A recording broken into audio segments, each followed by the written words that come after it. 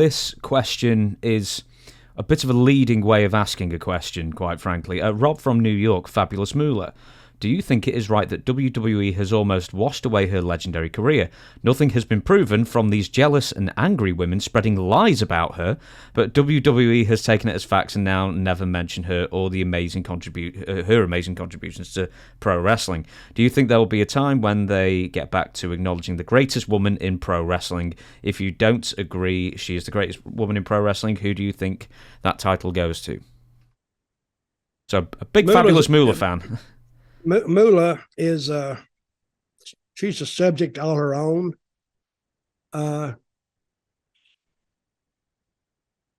Where do you find out about people like Moolah? Because you don't meet guys that worked under her. You meet women who worked under Moolah. And some of the women who worked under Moolah weren't her biggest fans. Some of them didn't like her at all because she had a little bit of a tyranny about her employment of these girls.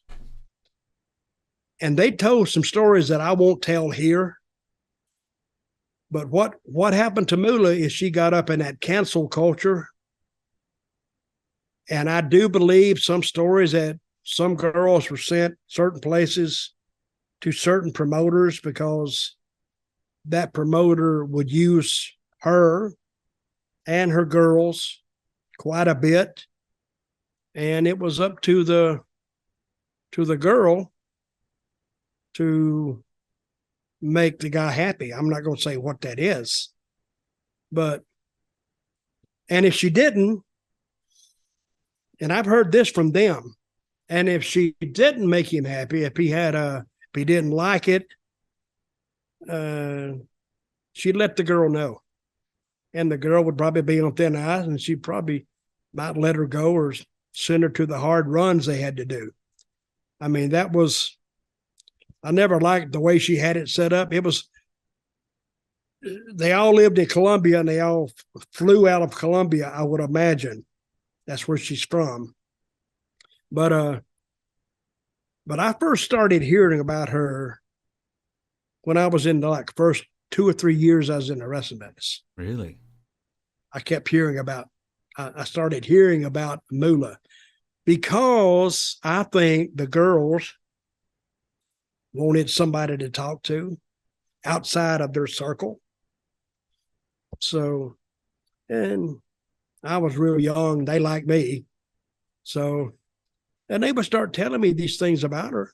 Not that I was so dumb then. I didn't know who Moolah was. I didn't know who owned what or how their system worked or anything. But in listening to just a couple of them, they would tell me because they used to ride. They'd get a ride with me, or we'd go eat or something, and they'd tell me all these things. So Moolah, I don't have really a glowing endorsement of her. I didn't know her that well, so I'm not going to go on the record as saying that. But it's just what I heard about her, and sometimes that hearing about them wasn't good.